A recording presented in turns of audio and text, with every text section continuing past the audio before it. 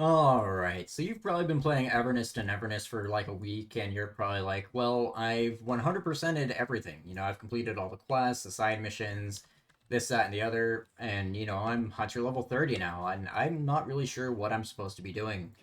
Alright, so the answer to that is the endgame loop is basically just, so we go over here to City Tycoon.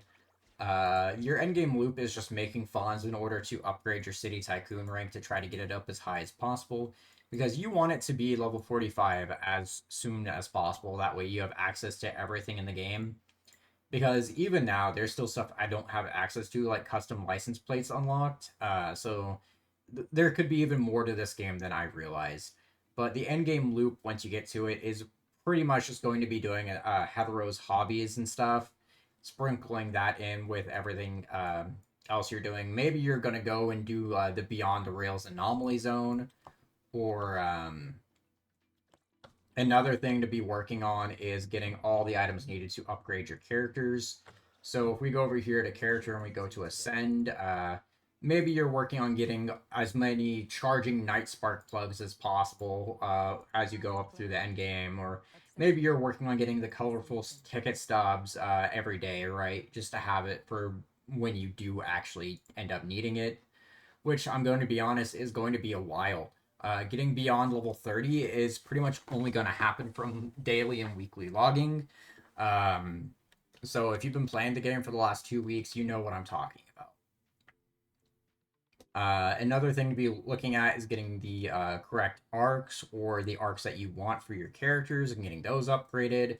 And then, of course, the bigger time sink for the character progress as a whole is going to be getting the console upgrades. All right. So once you hit level 30, I would definitely recommend really focusing on that.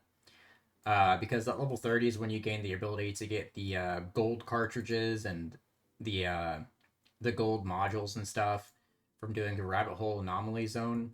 Um, and that's going to be like the best stuff you can get as far as stats go.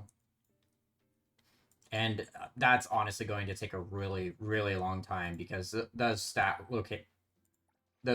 are entirely RNG. Not to mention, if you want to fill out your entire console like I did here, you're going to want to have very specific shapes as well. So not only do you want like this shape, for example, but you also want very specific stats on it, like crit rate, crit damage, break intensity, cycle rate, things like that. Attack percent, damage percent. So not only do you want the right piece shape, but you also want the right stats on it, and that can take a while.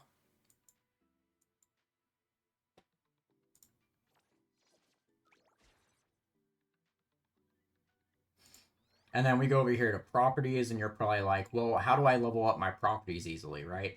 Well, the answer to that is when you click over here and you click Anomaly Paper Squadron, it'll automatically track it when you click on that, right? And it'll track whatever one is closest to you currently.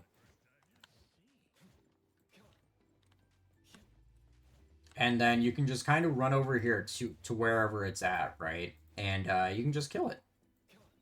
And these do actually respawn. I'm not sure if it's like a daily thing or a weekly thing or what have you.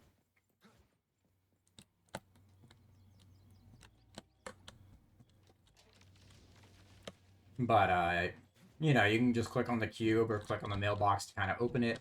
This one is a bit more of a hassle to farm, in my opinion, because I feel like the paper airplanes are a bit tankier than the vending machines. I'll handle this part. And they also fly out of range of like your abilities and stuff too.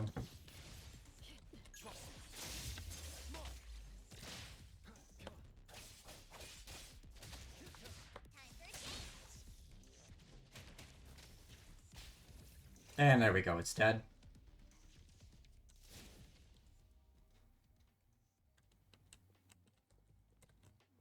And then it automatically starts tracking the next one. You can do this for the hamster as well and any other anomaly that has items like this that you have to collect throughout the map, and you can add this to your daily rotation as well.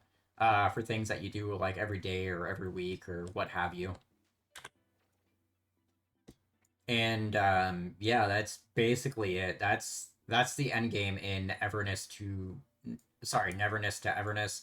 That's everything you really need to know about the game as far as end game goes. Just summed up in 5 minutes or less. But like I said, the main thing you're going to be interacting with is going to end up being just the hetero hobbies over here. This is going to be the main stuff that you interact with for a while until you start getting it maxed out.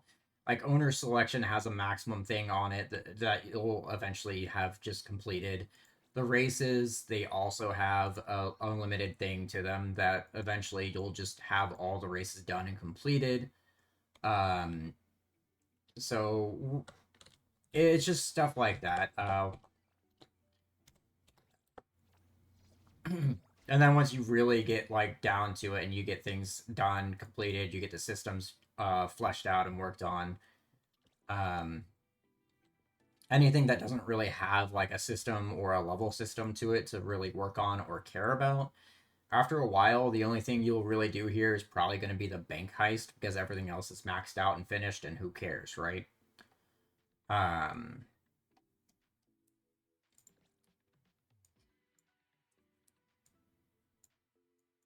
so yeah, I think the bank heist is going to be the thing that most people really focus on here. Anyways, that's it for this video. Like, favorite, comment, subscribe, and I'll see you all later.